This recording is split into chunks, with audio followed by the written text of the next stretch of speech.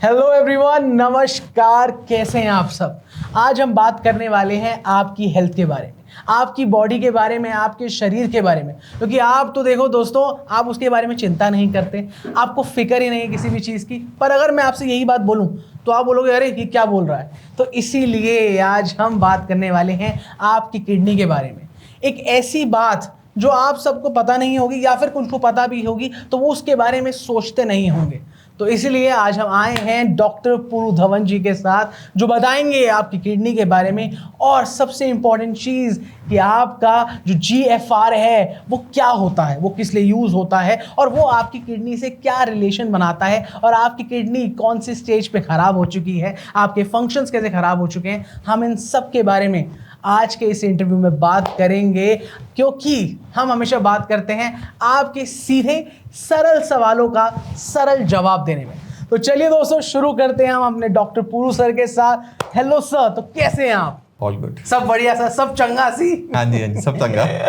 तो sir, kidney एक ऐसी दिक्कत है, मतलब जो किडनी के अंदर जितनी भी सारी प्रॉब्लम्स आती हैं, हाँ। है ना, वो सर आप बहुत अच्छे से इलाज करते हैं उन सब चीज़ों का। बट एक नई चीज़ मुझे कल ही पता चली है, और मैं चाहता हूँ आप उसके बारे में हमारी ऑडियंस को बताएं एकदम बेसिक सरल शब्दों में कि उसका मतलब क्या होता है। और वो है सर हमारा GFR। तो GFR जो है वो बेसिकली आपकी किडनी किस स्पीड से ब्लड को फिल्टर करके यूरिन बना रही है, उस रेट को आप GFR कह सकते हो। ग्लोमेरुलर फिल्ट्रेशन रेट, यानी किडनी किस स्पीड से फिल्ट्रेशन कर रही है वो। अभी निकालते कैसे हैं, ये इंपॉर्टेंट हो जाता है। तो किडनी का काम क्या होता है, बॉडी से वेस्ट निकालना। तो जब किडनी अच्छा काम कर रही है तो वेस्ट बॉडी में ज़्यादा इकट्ठा नहीं हो पाता, तो क्रिएटिनिन की वैल्यू 0.5 to 1.1 तक मैक्सिमम रह पाती है। क्योंकि वो बन रहा है निकल रहा है, बन रहा है निकल रहा है, तो इकट्ठा नहीं हो पाता। पर जैसे जैसे किडनी खराब होती है तो वही गंदगी शरीर में इकट्ठी होनी शुरू हो जाती है, क्रिएटिनिन बढ़ने लग गया, यूरिया बढ़ने लग गया। तो अब कितना वो इकट्ठा हुआ है शरीर के अंदर, उससे हम आइडिया लगा लेते हैं कि किडनी किस स्पीड से काम कर रही है। तो बेसिकली एक मैथमेटिकली कैलकुलेशन होती है जिसमें हम पेशेंट की एज, पेशेंट का जेंडर और क्रिएटिनिन वैल्यूज डाल देते हैं। तो आप जब गूगल पर जाएंगे, सर्च करें GFR कैलकुलेटर, तो बहुत सारी साइट्स खुल जाती हैं। तो किसी भी साइट को आप ओपन कर लीजिए, अपनी वैल्यूज डालिए, एज, जेंडर और क्रिएटिनिन वैल्यूज, और कैलकुलेट का बटन दबा दो, तो एक वैल्यू निकल कर आ जाएगी। ये एस्टिमेटेड GFR है, यानी एक आइडिया है कि किडनी कितना काम कर रही है और कितना काम नहीं कर रही है। तो अक्सर लोग पेशेंट से डर भी जाते हैं कि मेरा GFR कम हो रहा है। तो ये जो कैलकुलेशन है ये इसलिए बनाई गई है कि हम पेशेंट को डिफरेंट कैटेगरीज में डाल सकें, क्योंकि पेशेंट किस कैटेगरी में फॉल कर रहा है उसके हिसाब से उसको ट्रीटमेंट देना आसान हो जाता है। किस पे कितना ध्यान देना है वो आसान हो जाता है, तो वो कैटेगराइजेशन हम उससे कर लेते हैं। बट सर, ये तो सर एक मतलब कंप्यूटर बेस्ड चीज़ है, और वो तो कभी भी गलत हो सकती है, तो उसमें मतलब एक्यूरेसी का तो कोई पॉइंट ही नहीं रहा फिर। आप एक्यूरेसी के लिए जो टेस्ट है वो GFR का ये नॉर्मल ब्लड वाला टेस्ट नहीं होता। उसको हम कहते हैं DTPA रीनल स्कैन। उसके अंदर हम क्या करते हैं, बॉडी के अंदर हम इंक रिलीज कर देते हैं, ब्लड के अंदर डाल देते हैं, तो ब्लड के साथ साथ किडनी में जाती है। अब किडनी ने उस इंक को कितने टाइम में बाहर किया, उस डाई को कितने टाइम में बाहर किया, वो निकलता है आपका GFR सही वाला। उसमें लेफ्ट किडनी ने कितना काम किया, राइट किडनी ने कितना काम किया, कहाँ प्रॉब्लम है, वो सब कुछ निकल कर आता है। तो GFR चेक करने का जो सबसे एक्यूरेट तरीका आज की डेट में एग्जिस्ट करता है वो ब्लड का टेस्ट नहीं है जो कि हम लैब रिपोर्ट्स में देखते हैं, वो DTPA रीनल स्कैन होता है। बट इसके साथ एक प्रॉब्लम है, ये जो डाई है, ये जो इंक है, ये नेफ्रोटॉक्सिक होती है। यानी हम किडनी का टेस्ट कर रहे हैं उस केमिकल से कर रहे हैं जो किडनी को नुकसान पहुंचाता है, क्योंकि वो आयोडीन का आइसोटोप होता है, रेडियो आइसोटोप होता है। ठीक है, तभी हम उसको एक्सरे मशीन से देख रहे होते हैं, उन्हें हमसे देख के समझेंगे बॉडी में कहाँ नहीं है, वो बॉडी के अंदर है। तो उससे भी किडनी को नुकसान हो सकता है, और हो भी जाता है, हमने देखा कि वो हो भी जाता है। तो ये टेस्ट है हम रोज महीने 2 महीने में नहीं करवा सकते, इसको जिंदगी में एक बार या हद से 2 बार हम करवा सकते हैं। इससे ज्यादा करवाओगे तो किडनी को यही खराब कर देगा। अच्छा, तो ये बहुत ज्यादा एडवाइस नहीं किया जाता, एक अच्छा डॉक्टर से एडवाइस नहीं करेगा आपको। हाँ, तो सर जो GFR है जैसे आप बता रहे हो, तो वो हम घर में भी कैलकुलेट कर सकते हैं हमारा कितना आया, अगर हमें मतलब चीज़ों के बारे में नॉलेज है। एस्टिमेटेड GFR आप घर पे कैलकुलेट कर सकते हो क्रिएटिनिन की वैल्यू के साथ, क्योंकि उम्र आपको पता है, जेंडर आपको पता है, तो हम वो निकाल सकते हैं। ओके तो सर अगर हमें पता चल गया चलो यार हमारी किडनी इतनी % खराब है, तो हमारा जो सबसे पहला स्टेप होना चाहिए उस चीज को ठीक करने के लिए वो क्या होना चाहिए? लंबी सांस लेना। अच्छा लंबी सांस लेके पहले ये सोचो कि किडनी खराब क्यों हुई, क्योंकि किडनी कभी भी अपने आप कभी खराब नहीं होती, कोई ना कोई कारण जरूर होता है। तो आपका पहला फर्ज ये बनता है खुद चिंतन करना कि आपकी किडनी को नुकसान किस चीज ने पहुंचाया। क्या वो बीपी था, क्या वो शुगर था, क्या वो कोई और कारण था? पहले आप इसको फिगर आउट करोगे। उसके बाद अपने आप से एक और सवाल पूछोगे कि क्या मेरा बीपी शुगर आज भी कंट्रोल में है या अनकंट्रोल बना हुआ है? कंट्रोल में बना हुआ है, ठीक है। अनकंट्रोल बना हुआ है तो आप ये मान लो कि जब आप इस वीडियो को देख रहे हो और ये चिंतन कर रहे हो तो भी आपकी किडनी को नुकसान कॉन्टिन्यूस तरीके से हो रहा है, क्योंकि बीपी शुगर आपका बढ़ा हुआ है। तो पहला काम आपका क्या बनता है कि अपने बीपी शुगर को हर किसी भी कीमत में, मैं कहता हूँ किसी भी कीमत में कंट्रोल में लेकर आना। जिस समय वो कंट्रोल में है उस टाइम आपकी किडनी को नुकसान नहीं होगा। तो आपको कुछ इस तरह से अपने आप को चेंज करना होता है, अपनी मेडिसिन को इस तरह से सेट करना होता है कि 2400 घंटे बीपी ठीक रहे, 2400 घंटे आपकी शुगर ठीक रहे। तो बीपी में अक्सर हम क्या करते हैं, हम ऊपर वाला बीपी देख रहे होते हैं, मेरा 120 140 हो गया, 150 हो गया, वो नहीं देखना। आप नीचे वाला देखो, आप नीचे वाला बीपी देखो और वो हमेशा 70-80 की रेंज में होना चाहिए, ठीक है। नॉर्मली 90 भी नॉर्मल बोलते हैं, बट हम 90 किडनी पेशेंट्स के लिए नॉर्मल नहीं बोलते, क्योंकि हमें थोड़ा सा सब नॉर्मल रखना बीपी पसंद है, यानी 5 पॉइंट नीचे रखना। नॉर्मल इज 80 है ना, तो हम उसे 5 पॉइंट नीचे रखेंगे, 75 पे रखना पसंद करते हैं, ना कि हम 85 पे रखना पसंद करेंगे। इसी तरह से शुगर है, अगर आपकी फास्टिंग पीपी रैंडम कोई भी शुगर पूरे दिन में 180 को क्रॉस कर रही है, ठीक है, तो वो जैसे ही वो 180 को क्रॉस करेगी तभी आपकी किडनी को नुकसान होगा, उससे पहले आपकी किडनी को नुकसान नहीं होगा। तो ये दो चीजें 80 और 180 याद रखो, बीपी का 80 से नीचे रखना है और उधर हमने 180 से नीचे रखना है। ये दो चीजें अगर आप कंट्रोल में ले आते हो तो कम से कम किडनी को और नुकसान होना बंद हो गया। जब से नया नुकसान नहीं हो रहा तभी तो पिछले लेवल की भरपाई कर पाओगे। उसमें ना साथ साथ दोनों काम कैसे होंगे, एक तरफ से नया नुकसान हो रहा है, एक तरफ से आप भरपाई कर रहे हो, रिजल्ट मिलेगा ही नहीं। तो सर अगर मैं कहूँ कि अगर मैंने अपना बीपी सही कर लिया, ठीक है, अपने ब्लड शुगर लेवल बढ़िया कर लिए, तो मेरा कई हद तक मैं सिक्योर हो सकता हूँ कि मेरा जो किडनी है उसमें कोई दिक्कत नहीं आएगी आगे चल के। हाँ, एक देखो आप क्वेश्चन पूछिए प्रिवेंटिव, एग्जैक्टली, कि अगर मैं हेल्दी हूँ, मेरा बीपी शुगर की दिक्कत है और मैं किडनी की बीमारी से बचना चाहता हूँ, तो ये तरीका बहुत कारगर है। क्योंकि 80% जो केसेस हैं वो बीपी शुगर की वजह से ही होते हैं। प्रॉब्लम सिर्फ उन पेशेंट को आती है जहाँ पर नुकसान हो चुका है, क्योंकि किडनी के अंदर मान लो 5-10% का नुकसान हो गया, ठीक है, फिर आपको पता लगा कि आपकी किडनी खराब हो रही है। अब किडनी के अंदर जो हिस्सा मर गया ना, वो अपने साथ वाले हिस्से को भी मारता रहता है। इसी वजह से जो किडनी फेलियर है उसे सेल्फ प्रोग्रेसिव डिसऑर्डर कहा जाता है, यानी अपने आप बढ़ने वाली बीमारी। बीपी आपका अब ठीक है, शुगर आपकी ठीक है, बट जो नुकसान पहले एक बार हुआ था अब वो धीरे धीरे बढ़ता चला जाएगा।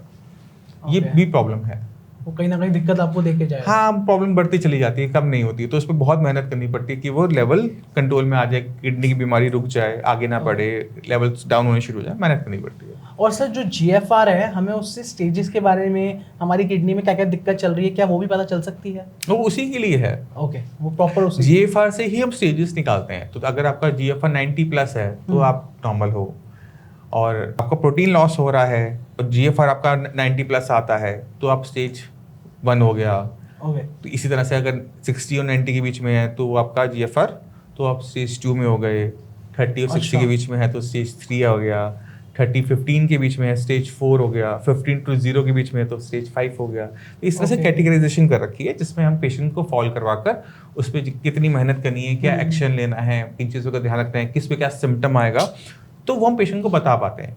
क्योंकि मैक्सिमम केसेस में सिम्टम्स ही नहीं होते बीमारी के, आपके अंदर किडनी की बीमारी है, आपको पता ही नहीं लगेगा। अच्छा, तो हम सर फिर कैसे पता लगा सकते हैं कि भाई हमें ये दिक्कत है? क्योंकि सर वार्निंग सिग्नल्स तो फिर हमें मिलेंगे ही नहीं कभी। मोस्ट ऑफ द टाइम जो अच्छी किस्मत होती है वो अर्ली डिटेक्शन करवाती है। मैं समझा नहीं सर। मान लो कि आप एक एम्प्लॉय हो, आपने जॉब ज्वाइन करनी है, आपका मेडिकल होता है जी, उस मेडिकल में निकल कर आ जाता है कि आपको किडनी का भी इशू है। ओके, तो जो अर्ली डिटेक्शन है वो टेस्ट से होता है, और अक्सर लोग टेस्ट एक 30 में नहीं करवाते, 30-40 की एज में नहीं करवाते। तो उस टाइम में अक्सर जो मेडिकल होते हैं वो एग्जाम्स वाले या फिर जॉब वाले हो रहे होते हैं कि आपको जॉब ज्वाइन करनी है तो अपना मेडिकल करवा कर आओ, या फिर हम जब मेडिकल पॉलिसी लेते हैं तो होल बॉडी चेकअप होता है, तब निकल कर आता है कि ये इशू चल रहा है, ना पहले पता ही नहीं लगता। या फिर आपको तब पता लगेगा जब किडनी लेवल, यूरिया लेवल आपका बहुत ज़्यादा बढ़ जाएगा। अब जब बॉडी में इतना सारा वेस्ट मिनरल इकट्ठा हो रहा है तो आपके बॉडी के ऑर्गन्स को थोड़ा बहुत नुकसान पहुंचाना वो शुरू करता है। जैसे किडनी बढ़ रहा है तो आपको थकावट बनेगी, ठीक है, क्रैम्प पड़ेंगे मसल्स में, वीकनेस बनेगी। यूरिया बढ़ेगा तो आपको भूख कम लगेगी, वेट लॉस होगा। बट ये ना ऐसे सिम्टम्स हैं जो हर दूसरी बीमारी में भी देखने को मिलते हैं। थकावट है, ठीक है, भूख ना लगना है, मसल्स में क्रैम्प्स हैं, ठीक है, ये ऐसे सिम्टम्स हैं। तो आप फीवर भी होगा तो भी ये सिम्टम आते हैं। तो क्या होता है कि मिस डायग्नोसिस बन जाता है। मिस डायग्नोसिस क्या होता है, पेशेंट कहते हैं मुझे थकावट हो रही है, मैं रेस्ट कर लेता हूँ, ठीक है, फिर वो क्या करता है, वो ताकत की मेडिसिन खा लेता है, उसे थोड़ी देर आराम मिल जाता है, वो कहता है मैं ठीक हो गया, सब बढ़िया है, कोई दिक्कत नहीं, डॉक्टर के पास जाने की जरूरत नहीं है, चेकअप करवाने की जरूरत नहीं है, होल बॉडी चेकअप की कराने की जरूरत नहीं है, मैंने 2 गोली खाई मैं ठीक हो गया। तो वहां पर क्या होता है कि वो दिक्कत अंदर बढ़ती चली जाती है और आप उसको प्रॉब्लम को, सिम्टम्स को दबा देते हो। इसी तरह से एक और सिम्टम होता है, वो है हेडेक। अब हेडेक ना हर दूसरे तीसरे इंसान को या हर इंसान को की जिंदगी में एक बार जरूर हुआ होगा। अब ये हेडेक किस वजह से हो रहा है ये हमने आइडेंटिफाई नहीं किया। हम केमिस्ट पे गए, केमिस्ट पे जाके बोलते हैं डॉक्टर केमिस्ट साहब हमें सिर में दर्द हो रहा है, दवाई दे दीजिए। तो कहते हैं अच्छा ठीक है ये वाली गोली खा लो, गोली से आराम मिल जाता है। अब पेशेंट क्या करता है, वो गोली होती है 2 रुपए की, 3 रुपए की, तो पत्ता ले लेता है 10-20 रुपए का, जब दर्द हुआ गोली खा ली, जब दर्द हुआ गोली खा ली। बट वो आइडेंटिफाई करने की कोशिश नहीं करता कि उसे हेडेक हो क्यों रहा है। आंखों की वजह से हो रहा है, माइग्रेन है, या फिर किडनी की वजह से आपका जो बीपी शूट अप किया हुआ है उसकी वजह से हो रहा है। तो जब बीपी की शूट अप होने की वजह से, बीपी बढ़ने की वजह से हेडेक हो रहा है और आप उसे दबाए जा रहे हो दवाइयों से, तो क्या होगा कि बीपी जब बढ़ रहा है ना, किडनी को नुकसान पहुंचाया जाता है। तो जब आइडेंटिफिकेशन होती है तब चीज़ें खराब हो चुकी होती हैं, तो हाँ, तो आपको बहुत ध्यान रखना पड़ता है। तो पहले हमें, मतलब अगर आप देखो तो हमारे पेरेंट्स भी इतने जागरूक नहीं होते थे बॉडी को लेकर, बट हमें लगता है कि अब जो हमारी जनरेशन है, जो हमारा खाना पीना है, जो हमारा रहन सहन है, जो हमारा एनवायरनमेंट है, स्ट्रेस का है, तो उसमें ना बॉडी को प्रायोरिटी रखनी चाहिए। अक्सर हम क्या करते हैं, पैसे को प्रायोरिटी दे देते हैं कि पैसा कमाना है। पैसे भी आप तब कमा पाओगे जब बॉडी आपका साथ दे रही है, जब आपका ब्रेन आपका साथ दे रहा है। तो लाइफ में सक्सेसफुल बनो, बट बॉडी की कीमत पर नहीं। आपने लाइफ में जो आपने अचीव करना है अचीव करो, बट आपने बॉडी को सेक्रीफाइस किए बिना, नींद को सेक्रीफाइस किए बिना, खराब मतलब खाने को सेक्रीफाइस किए बिना, जब आप ऐसी चीजों को अचीव करते हो ना, जो आप कमा रहे हो ना, आप उसको इंजॉय कर पाते हो। Enjoy, exactly. हाँ, इंजॉय। क्योंकि सर आजकल यही हो गया कि भाई पैसे पैसे पैसे, बट हम भूल जाते हैं अपनी ही हेल्थ के बारे में, अपनी चीजों के बारे में। तभी तो कहा जाता है कि हेल्थ इज वेल्थ। एग्जैक्टली। हम क्या करते हैं, हम रियलाइजेशन इन चीज़ों की बाद में करते हैं। अक्सर हमारे पेरेंट्स बोलते थे यार अपनी सेहत का ध्यान रखो, सेहत का ध्यान रखो, अरे हमें कुछ नहीं होता, कुछ नहीं होता। ये जो अप्रोच होती है ना, ये एक यंग एज में होती है, बट जितनी जल्दी आप इन चीज़ों को रियलाइज कर लेते हो ना, समझ लेते हो, उतनी जल्दी आप केयरफुल हो जाते हो। हाँ। तो सर क्या मेरा कहना बिल्कुल सही है कि आपको हर साल एक बार फुल बॉडी चेकअप करवाना ही चाहिए? मैं तो हमेशा कहता हूँ अपना बर्थडे की डेट, अच्छा कभी अपना बर्थडे से आप नहीं बोल सकते, अपने लाइफ पार्टनर का भूल जाओगे, ठीक है, अपने फ्रेंड्स का भूल जाओगे, बट अपना नहीं भूल सकते, क्योंकि आसपास वाले सब याद दिला देते हैं। हाँ। तो आप अपने बर्थडे पे खुद को एक गिफ्ट दे दो। ओके, फुल बॉडी चेकअप का। फुल बॉडी चेकअप वो अच्छा तरीका होता है, एक रिमाइंडर डालने का कि मुझे कब करवाना है, बर्थडे आ रहा है, बर्थडे पे करवा लूंगा। चलो सर, फिर तो मैं जल्दी कराऊंगा। जल्दी आने वाला होगा। चलो advance happy birthday. Thank you sir. Sir मुझे इसी में एक और चीज पूछनी है जो सबसे ज्यादा इंपॉर्टेंट है कि आयुर्वेदा ही क्यों, मतलब आयुर्वेदा में ऐसी क्या खास बात है, या फिर कैसी ऐसी मेडिसिन देता है जिससे आपकी किडनी बढ़िया हो जाती है? नहीं, आप बात को समझो कि यहाँ पे आयुर्वेद, एलोपैथी और होम्योपैथी की वो नहीं है, पैथी उसकी लड़ाइयाँ नहीं होती है हमारे पास। अच्छा। आपको पेशेंट के से फाइट कर रहे हो, पेशेंट की बीमारी से फाइट कर रहे हो, तो आपके पास आपको समझना पड़ेगा कि बीपी शुगर अगर आयुर्वेद से कंट्रोल नहीं हो रहा, एलोपैथी से कंट्रोल हो रहा है, तो एलोपैथी उस पेशेंट के लिए अच्छी है। ओके, पॉइंट को समझना, ठीक है। अब एलोपैथी के अंदर कोई ऐसी मेडिसिन नहीं है जो पेशेंट की किडनी को रिवाइव कर सके या उसकी फंक्शनिंग को बढ़ा सके, वो आयुर्वेद में अच्छी है, ठीक है। अब कुछ जगह ऐसी होती है जहाँ पे मान लो प्रोटीन लॉस हो रहा है, प्रोटीन लॉस में अगर आपकी आयुर्वेद काम नहीं कर पा रही, एलोपैथी काम नहीं कर पा रही, वहाँ पे होम्योपैथी अच्छा काम कर जाती है। अब मैं पेशेंट को परेशान तो होने दूंगा नहीं, या तो हमें भी नॉलेज ना हो। अगर जब हमें पता है कि इस पेशेंट के लिए ये फलाना मेडिसिन अच्छी रहेगी इस पैथी की, तब उस डॉक्टर से हम कंसल्ट करके उस पेशेंट को दे देते हैं, तो पेशेंट की प्रॉब्लम सॉल्व है ना। और वही तो हमारा मोटिव था। हमारा मोटिव पैथीज में फंसकर पेशेंट का ट्रीटमेंट करने का तो था ही नहीं कभी भी। पेशेंट को मैक्सिमम रिजल्ट्स देना कि उसकी कंडीशन बेटर हो, यही तो हमारी फाइट थी। एग्जैक्टली। तो हम अपनी फाइट से नहीं हटे, हम अपने फोकस पॉइंट से नहीं हटे कि हमें कि जो किडनी लेवल है वो डाउन करना है, हम उससे नहीं हट रहे, हम वो अचीव करके ही रहते हैं, चाहे कोई भी मेथड हो, किसी के पास भी जाना। हाँ, पेशेंट को भी फर्क नहीं पड़ता, पेशेंट को भी ठीक होने से मतलब होता एग्जैक्टली है ना। तो हमें भी वही होना चाहिए। पेशेंट के लिए जो बेस्ट चीज़ें आपके पास अवेलेबल है, जो बेस्ट नॉलेज आपके पास अवेलेबल है, उसको आप पेशेंट को दो, है ना। तो कभी फाइट नहीं है। अगर मुझे मान लो कि मेरे से बीपी कंट्रोल नहीं हो रहा, एक हमें हाई डोज ऑफ मेडिसिन देनी है, तो आप उसे एक्सेप्ट करो ना। मैं नहीं दूंगा, पेशेंट को जो मर्जी हो जाए, आयुर्वेद अच्छा है, एलोपैथी खराब है, नहीं, सबकी अपनी अपनी इंपॉर्टेंस है और सब अपनी अपनी फील्ड में महारत रख के बैठे हुए हैं। बट कोई भी पैथी कंप्लीट नहीं है, ये भी सत्य है। ओके। एलोपैथी में अपनी प्रॉब्लम्स है, आयुर्वेद में अपनी प्रॉब्लम्स है, और होम्योपैथी में अपनी प्रॉब्लम्स है। बट आप प्रॉब्लम्स को साइड कर दो, ओके, सबका बेस्ट पार्ट ले लो। सब में कुछ ना कुछ ले लो। हाँ, Exactly. आप क्यों देखते हो उसकी बुराइयां? आप उसकी अच्छाइयां भी तो देख सकते हो। जैसे हम दो लोग मिल रहे हैं, अब अच्छाइयाँ और बुराइयाँ दोनों साथ साथ चलती हैं। आप उसका बेस्ट पार्ट देखो, उसका नेगेटिव पार्ट कुछ इग्नोर कर देना चाहिए। अगर कैसे आप इग्नोर कर दोगे ना उसका वर्स्ट पार्ट, खराब पार्ट, तो आप उसमें जो आप अच्छाइयाँ देख रहे हो उसको यूज़ कर पाओगे। तो सर मेरा आखिरी सवाल आपसे यही है कि आप मुझे बताइए कि अगर मतलब जैसे किसी को भी किडनी की दिक्कत नहीं है अभी तक, ठीक है, बट ऐसा हो सकता है जैसे आपने कहा कि किसी को भी दिक्कत आ सकती है, तो पहले ही ऐसे क्या प्रिवेंटिव मेजर्स हो ले, ऐसे 3 चीट कोड्स आप मुझे बताइए जिससे वो बच सकता है अपनी किडनी खराब होने से। देखो, लाइफ में ना चीट कोड चलते नहीं है। अच्छा। और मेरा ये मानना है कि अगर आप कोई चीट कोड रखना भी चाहते हो तो कुछ इस तरह से रखो कि आप उसे लाइफ टाइम कर जाओ और आपको पता भी ना लगे, वही चीट कोड है।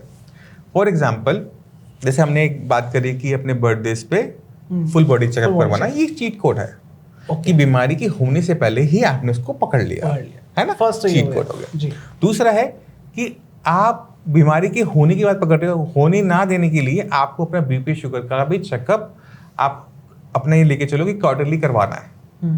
जब मम्मी पापा कर रहे हैं ना, तो साथ में अपना हाथ भी आगे कर दो। मेरा भी कर दो। हाँ, देखो, आप टाइम निकाल के कभी नहीं करोगे, ठीक है, मगर अपने पेरेंट्स का बीपी शुगर टेस्ट हर घर में होता ही होता है। तो अक्सर क्या होता है कि हम पेरेंट्स का तो कर देते हैं, अपना भूल जाते हैं, अरे मुझे कुछ नहीं हुआ होगा।